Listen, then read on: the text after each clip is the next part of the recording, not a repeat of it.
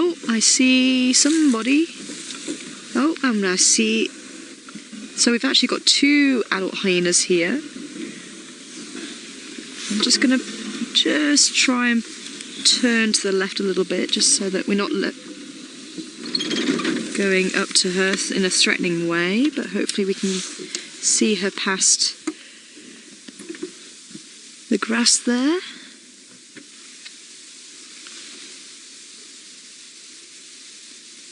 So having breakfast. How lovely.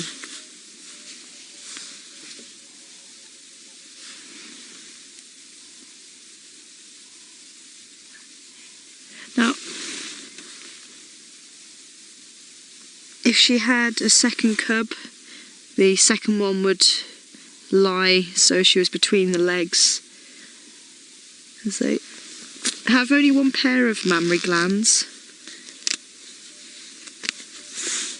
But unfortunately the competition between cubs is very, very high, and it's believed that sometimes it's that high that they will actually commit siblicide. So one sibling will kill the other sibling. So generally speaking, if there were 2 cubs and one died, it's likely that the one that survived is going to be a female, or if they were both female, a more dominant female.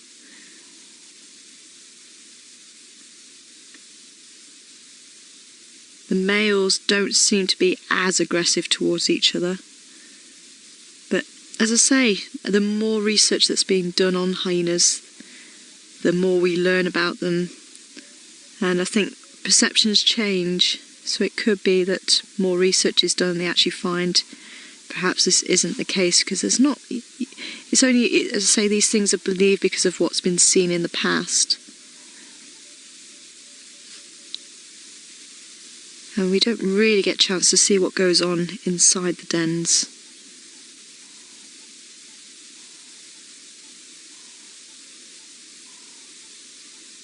But one thing we have definitely seen is the females will not nurse other cubs. She will chase away any cubs that try and drink from her.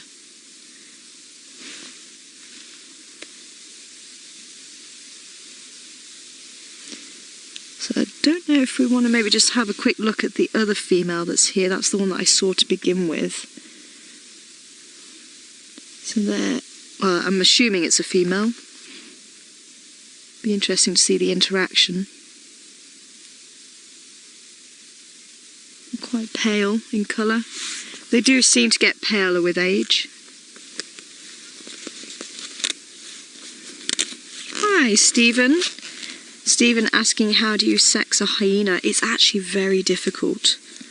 And I think even the professionals who work with hyenas also have been known to make mistakes until they've actually got the body. I think if they find a hyena and they do an autopsy and they actually find that perhaps it was actually thinking that it was one sex and it was actually the other, because it's so difficult, because the female actually has the same looking genitalia as the male, and that's because they've got so much testosterone in their body. And it's possible, they kind of believe that the testosterone levels increase to give the females an edge when it came to competition for food. So it makes them a lot more aggressive and sort of able to fight off males for food. And it could be that, as I say, as a side effect, they've actually... the genitalia is actually changed, so it does look like that of a male. And I think actually seeing hyenas mating would be very interesting, because you kind of see it described in books, and I just can't work out for the life of me how they actually do it.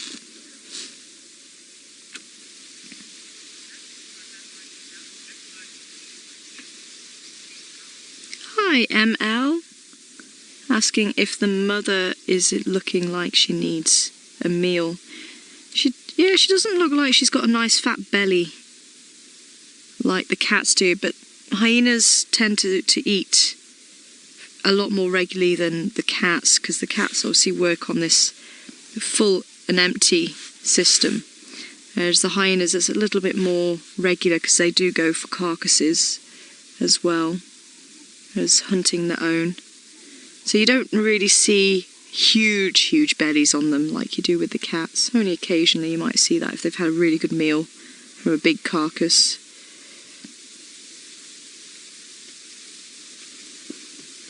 But I think also from this angle it's quite difficult to see as well.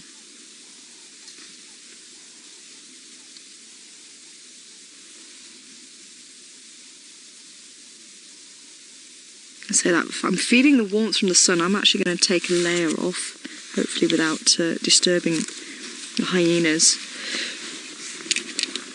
So I wouldn't be surprised if she moves soon, heading into more shade.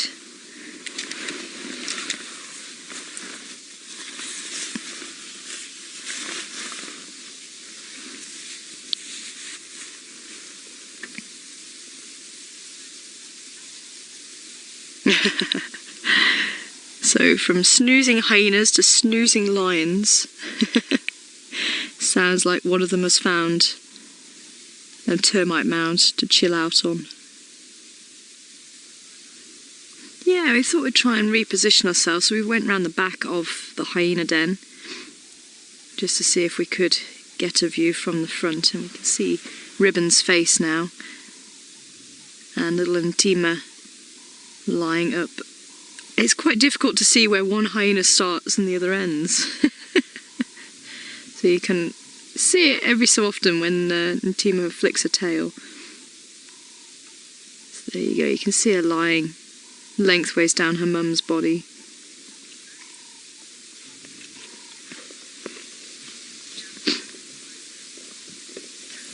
Hi Mike. Welcome on board from Richards Bay. Great to have you on board this morning, Mike, and I hope the weather is lovely down that side of the country. We actually do get the weather coming in from the eastern side, usually about a day later. No, Penny used to give us an update on when the rains were coming. But Mike wants to know how the hyena is classified. Is it a cat or is it a dog, and why? Well, originally, when animals were classified, they kind of went on what the animal looked like and what it most resembled. So a lot of the animals were actually classified that shared similar traits. But as science progressed and our understanding of the anatomy increased, they started looking at the skeleton structure or the skeletal structure and internal organs and things like that. So they started changing the grouping slightly, and as the DNA and that sort of thing starts progressing, again that's starting to change the classifications as well. So it's how science is progressing changes the classifications. So originally the hyena was classified in with the dogs, and it's really easy to see why. They do have those dog features. You know, they've got the big ears and they've got that long muzzle. Even the claws, they stay out. And they even have the two lobes in the back pad on their track, which is very similar to that of the dog. So there's a lot of morphological features that make them look like a dog. So I can totally understand that classification. But once they started looking into the skull and things like that, they actually found that the hyena shares a lot more with the cats. So what's called the auditory meatus, which is in the ear. In the cats it's a ring, in the dogs it's a tube, so the hyena actually has that. The auditory bullae, so it's the bumps at the back of the skull. In the cats, I've just got to try and remember which way around it is. I think in the cats it's actually separate from what's called the para-occipital process, whereas in the dogs it's actually fused. So there's all these differences in the skull. Maybe if I can get my hands on a skull I might be able to show you these things, because it's quite difficult to really explain in words. But as I say, it's a lot of skull similarities. female's woken up, and I think she's finding... sorry, I keep calling it female. I shouldn't really do that. I'm just taking it for granted because it is here. Looking for shade now, and I wouldn't be surprised if Ribbon actually goes to try and find shade soon, because that sun is really starting to get some warmth behind it now, which is absolutely beautiful.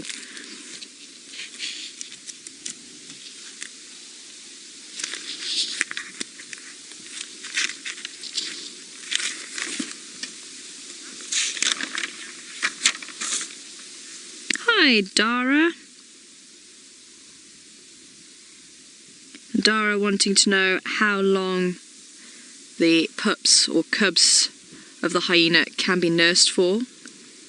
And that can be around 18 months, so it's quite a long period of time for them to actually be nursing. They can start having meat around the 8-month-old mark, but they would only really be lucky enough to experience meat maybe after a year old, once they go out with mum on a scavenging mission.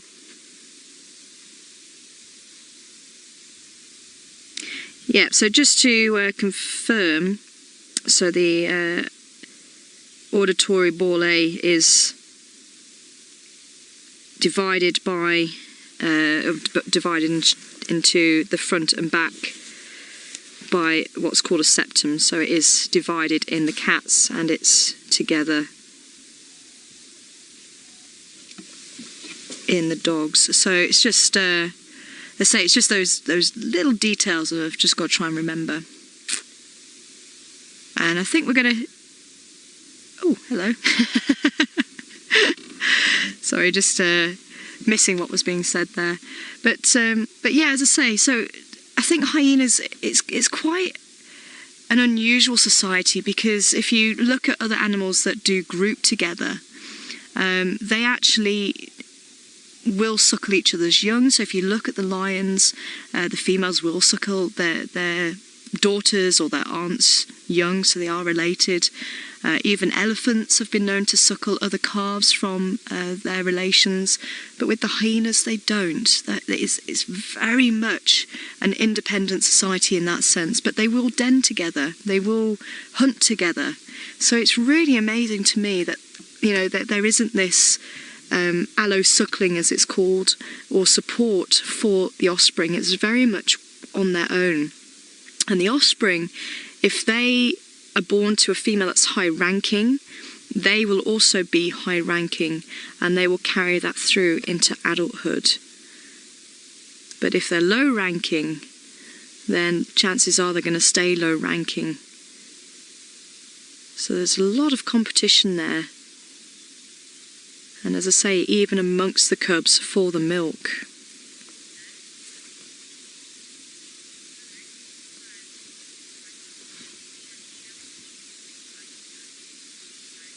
Hi, Langston. Asking if the rest of the clan is hunting, or is it just these 3 hyenas? Now, the rest of the clan will have their own mounds, so if there's females with cubs, they might be utilising other mounds, but we just don't know where those mounds are. Grouped together, they will contact each other at night, so they do that woo to try and contact each other.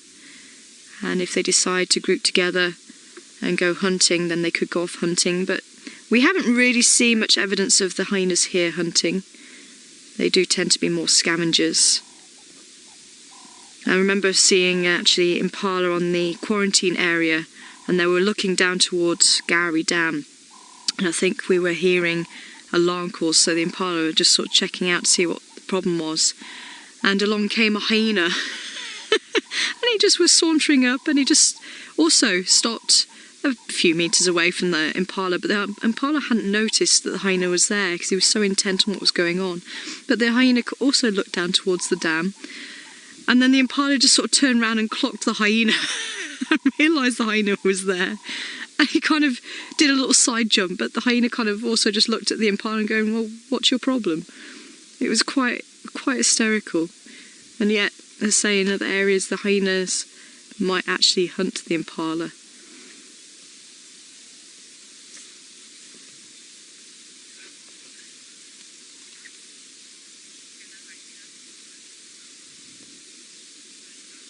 Interesting question that, Samantha. How long can a hyena survive without eating? I'd say probably quite a few days. Like humans, I mean, we can survive quite a number of days without eating. Have you just seen another cub?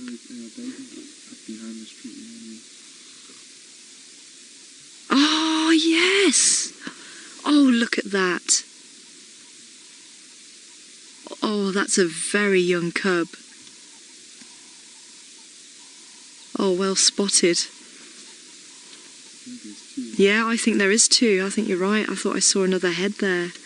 So we do have a second mother here. Oh, look at that. Now they are definitely under 4 months old. They could be about a month, maybe a month and a half. They're still very black. Oh, how special. So I was right. She is a female. And that is mother. Oh, how special.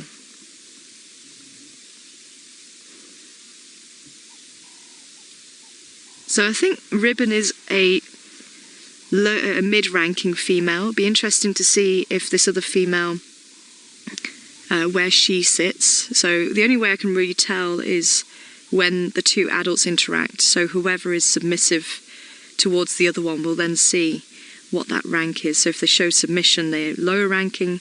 If the other animal shows submission, then they're going to be higher ranking. So that's really going to be interesting. Oh, that is beautiful. Just seeing those little eyes and ears popping out behind the tree every so often.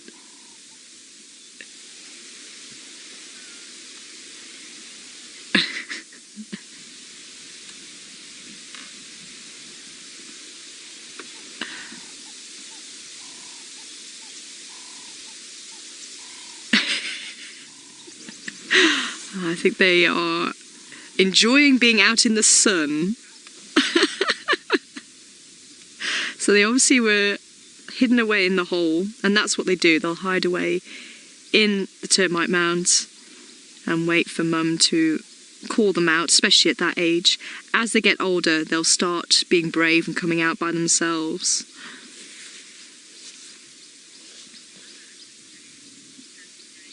Hi, Sammy Jane, asking if the cub will kill each other at this age. Probably not. By the time they get to this age, they seem to have sort of gotten used to each other, so I believe it's less likely that they'll kill each other at this age. So it could be that we've got two males there. It could be a male and a female. Oh, one's, I think, climbing on the back of its mum.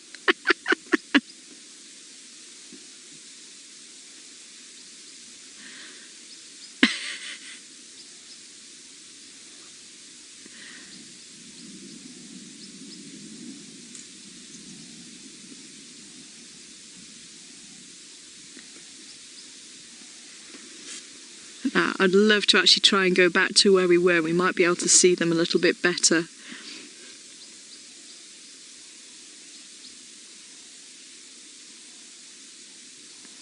That is just so special. Oh.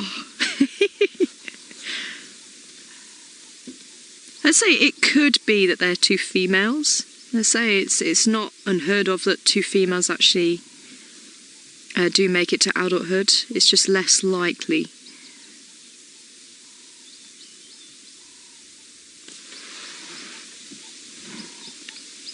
But like I say, if there's more research done, they might find that actually there's another reason why the females might not make it. Oh, just poking its head over, sorry.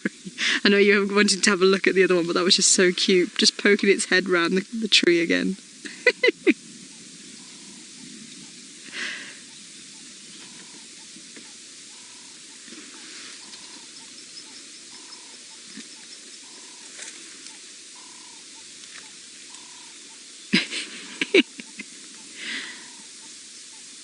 And obviously at this age, everything is fascinating. They're going to be learning about the world around them, biting branches, biting mum, at some stage there will get to be an interaction between Ntima and them.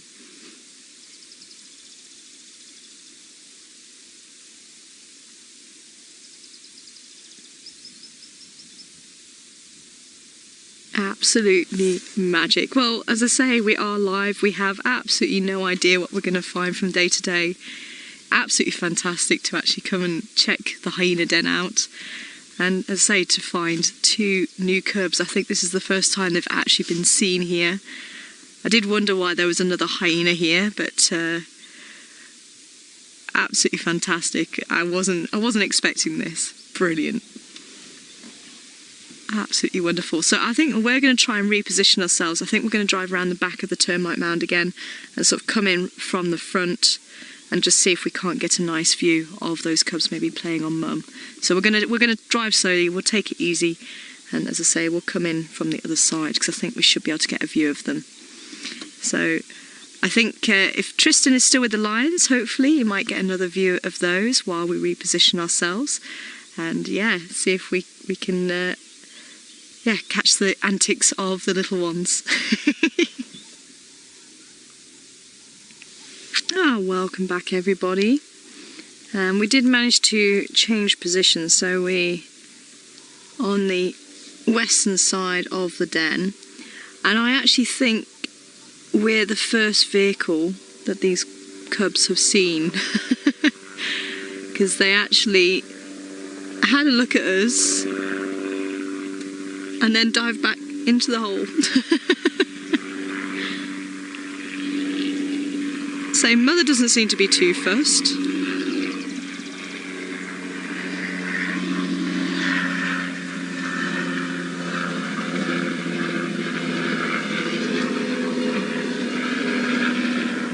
Just thought I'd wait until the helicopter flew over. But yeah, she's not fazed at all. She was falling asleep, but as I say, the cubs were like, oh, what's that? So I'm hoping if we sit here quietly, they might actually come out again.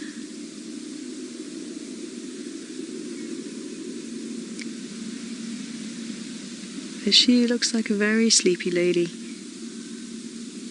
She's kind of doing that bungee necking.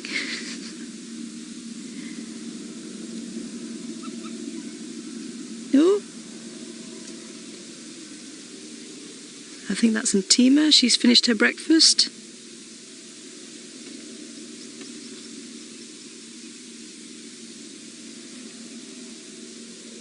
No, apparently she's still hungry.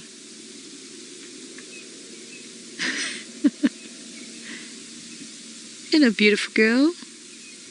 I'm saying a girl. Could be a little boy. But she does seem to be quite bold.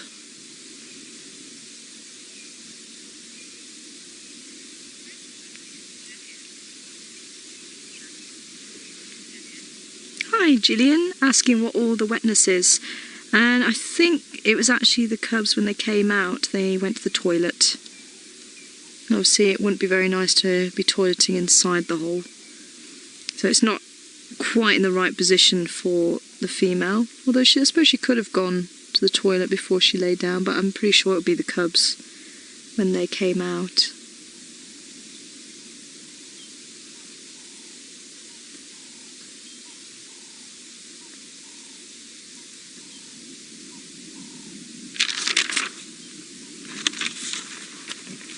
So, just going back to the question about cats earlier with the, with the skull as well, the last thing that is the difference between, oh here we go,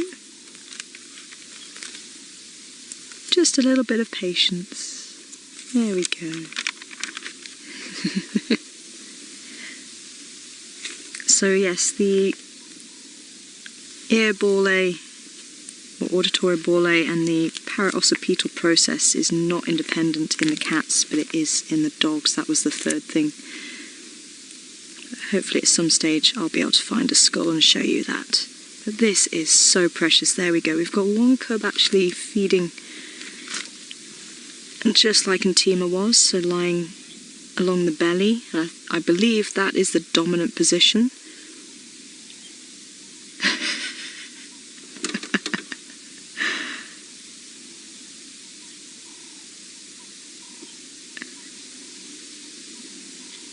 Now, are we going to see a little bit of a scrap between the two, I wonder? So the other position is lying in the opposite direction between the female legs. Oh, everybody is crooning over these two, and it is absolutely delightful. I think that was a grey goat. Lara Mora saying cute little bear creatures. Now I really do think these cubs have not spent a lot of time outside the hole, because every little noise they are actually darting back into the safety of the hole. So that was a grey go-away bird that just called there, which chased them into the hole.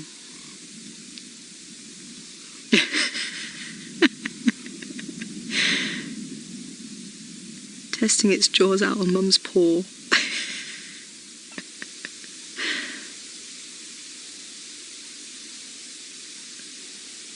So I think they about a month old, maybe less. That they are definitely experiencing the world and all its sounds.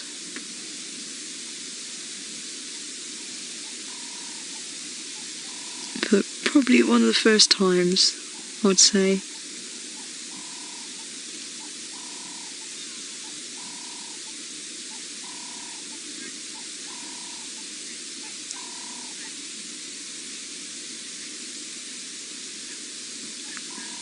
Hi Chris Rogue saying Gwen, who was, I believe she's a very low ranking female, was showing the same denning behaviour a couple of weeks ago. So it could well be that she's going to have her own cubs as well. Yeah, that one definitely seems to be a little bit more boisterous. Oh, is this one Gwen? Okay. So apparently, I think everyone's saying that this one is Gwen, so she is quite a low-ranking female.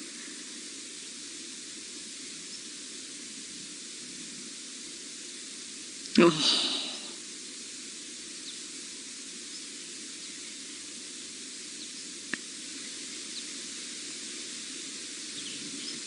How precious is that? Sure.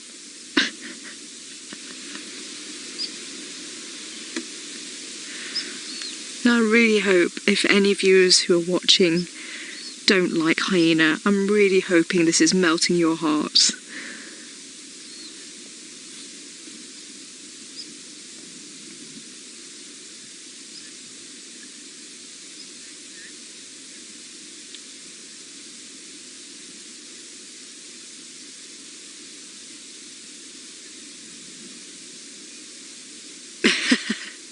So I'm hearing the ladies back in FC are absolutely loving the sighting here, as I'm sure everybody back home is.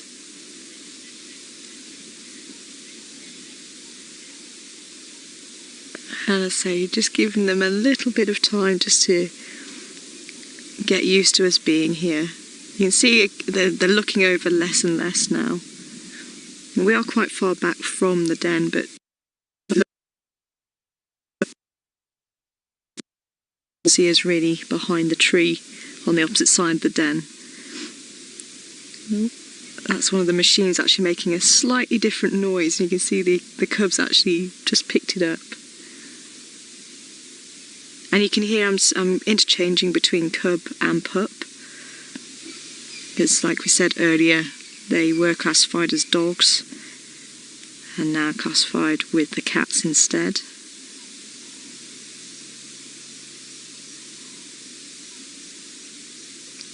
I'm still attached, Mum.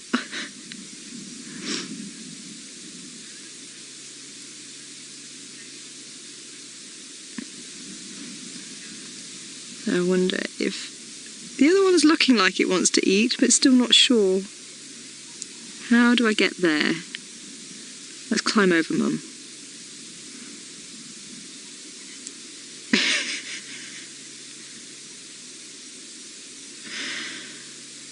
And there was a comment coming in, I just missed who it was from, but saying that the adults are maybe not so much to look at. Joe, but the cubs are definitely... Now they will gain their spots about 4 months old. Yeah, you can see, okay, so that's definitely the submissive one.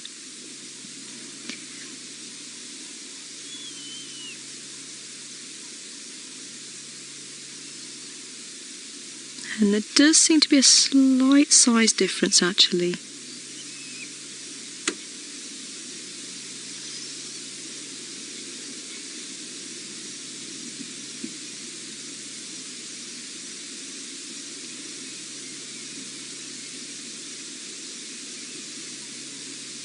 So again, the dominant one taking up the position along the belly. So I'm kind of expecting the second one either will go at 90 degrees from it or at 180 degrees, so it lies between mother's legs.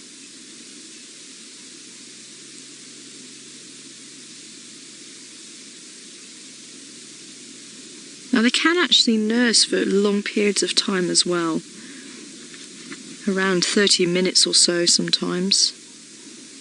So they do have quite a long drinking session.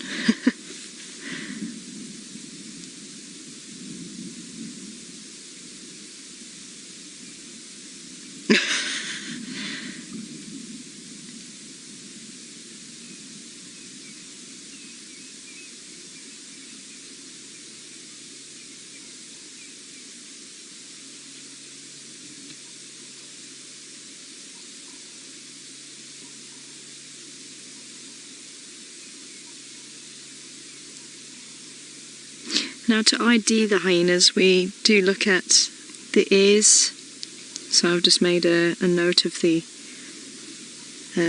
pattern in the ear, but also you can look at the spots on the coat, as with other animals that have patterns.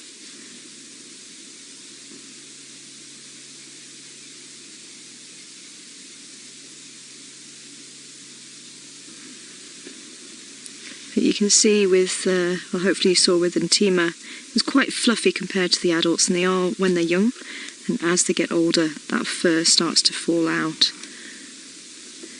So they all get shorter, and it does seem to be that some of the very old hyenas are quite pale and have very short hair, almost looking bald in places.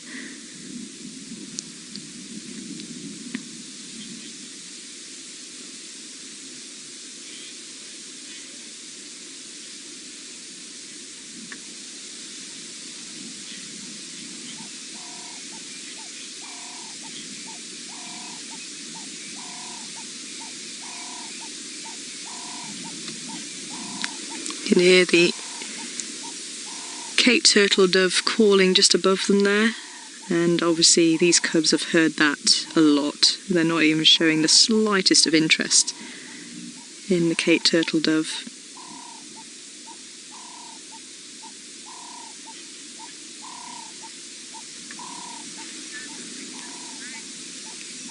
Now we're going to head back to Tristan and see what else he's caught up with.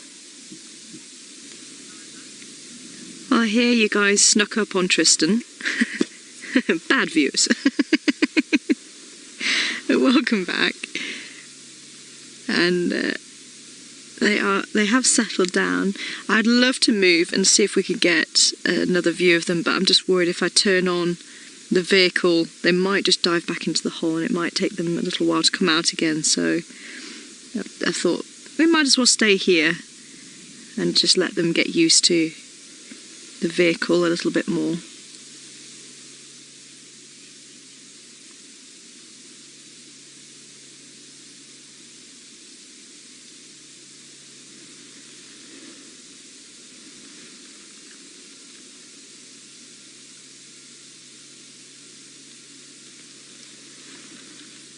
I think they both have settled down to drinking. I'd say that's the dominant one. And it will also depend on which teat actually has more milk as well, so that'll be the teat that the more dominant one will drink from.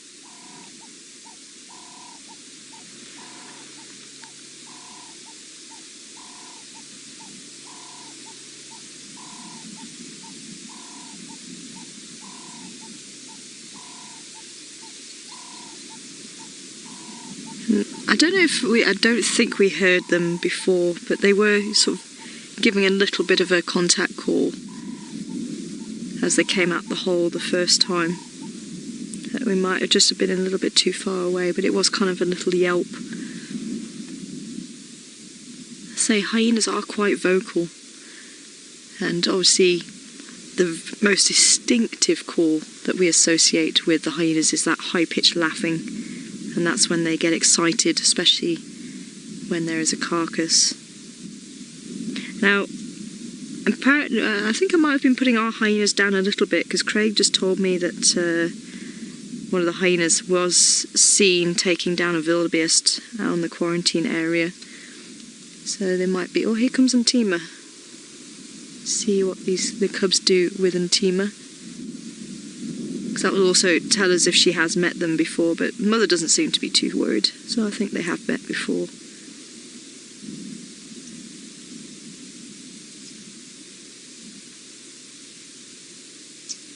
Ntima, I think probably around the 8-9 month old mark.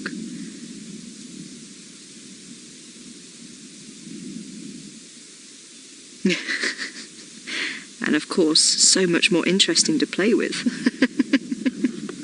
Oh no, milk's more interesting.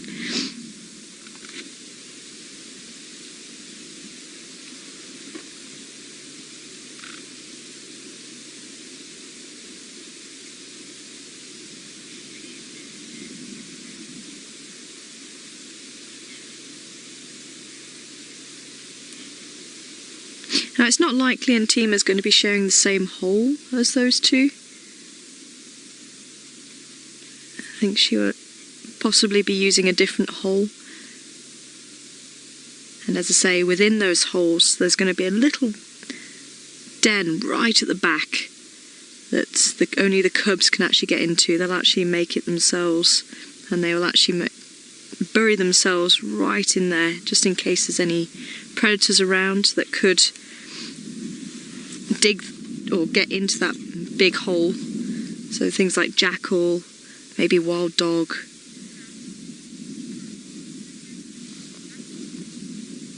So they can keep nice and safe out of sight. Unfortunately, it's not going to keep them safe from snakes, so they are still vulnerable to those.